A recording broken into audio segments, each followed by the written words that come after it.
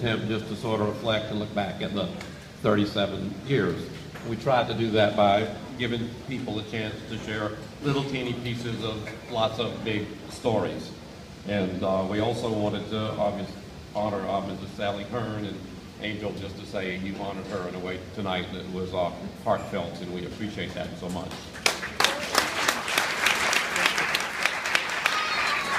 I do think we need to thank people who designed this meeting, who designed this meeting, and who cooked, and who served, and who spoke, and who emceed, and people who've been singing. And when we do the Come On Up community choir in just a minute, we need like about 50 people to come on up. Also, we need to thank Ashley O'Brien Big. If you want to stand up for Ashley.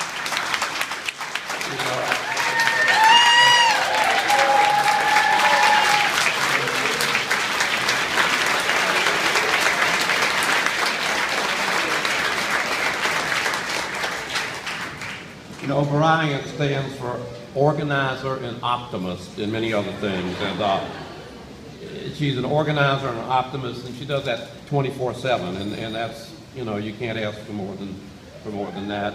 I may be the face of this organization. Ashley really is the soul of the organization in many ways.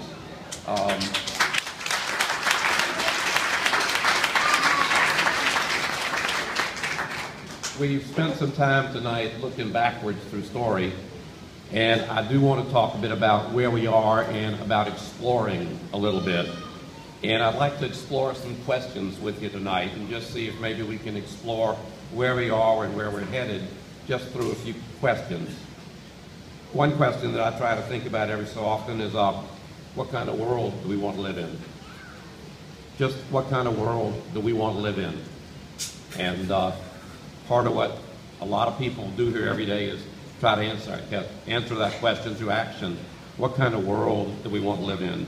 I want to live in a world where there's a farmer's market. I want to live in a world when you come to the farmer's market, you see everybody there. Everybody. I want to live in that kind of world. I want to live in a world where you go to a wedding, like I went to Moncello's wedding a couple of weeks ago, and there are 300, 500 people at the wedding, and the whole wedding was done by his friends. No professional wedding planners. It's all Moncello's people making this thing happen. I want to live in that kind of world. So we have to ask ourselves, what kind of world do we want to live in?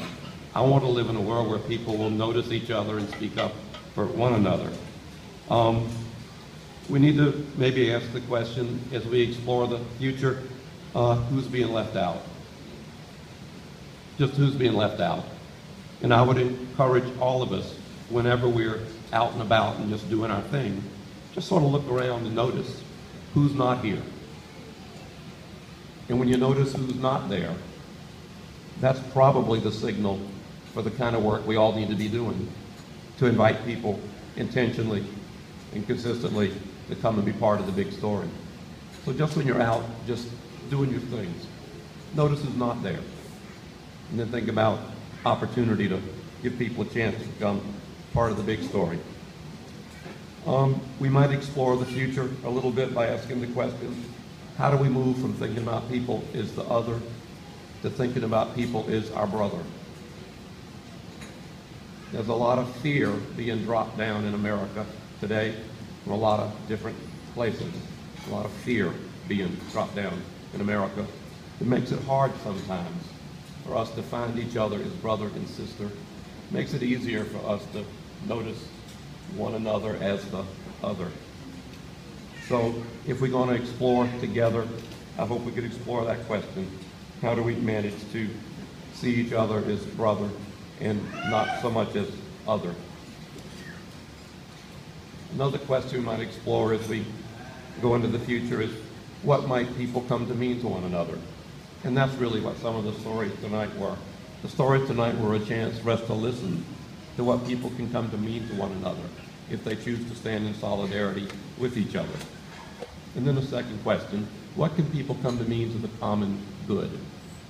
There's enough work to be done in America, there's enough work to be done in Savannah to make this a great place that everybody needs to get into the game and everybody needs to do part of the work. Everybody. There's a whole group of people that for some reason we thought need to be on the sidelines. We can't let that happen anymore. We have to find ways to invite everybody into the story. I was with Joyce Anthony, a parent, recently, and I've known Joyce for 50 years. She started the local association for retarded citizens, to use the language of today. And she said, you know, back in the 50s and 60s, we kept our children in the closet.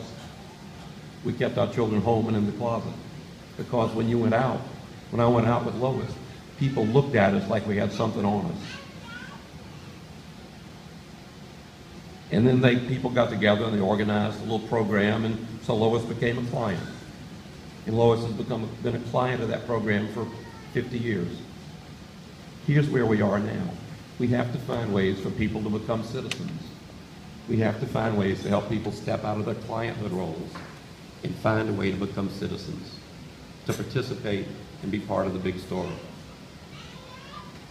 So what I'd like to ask you to do, what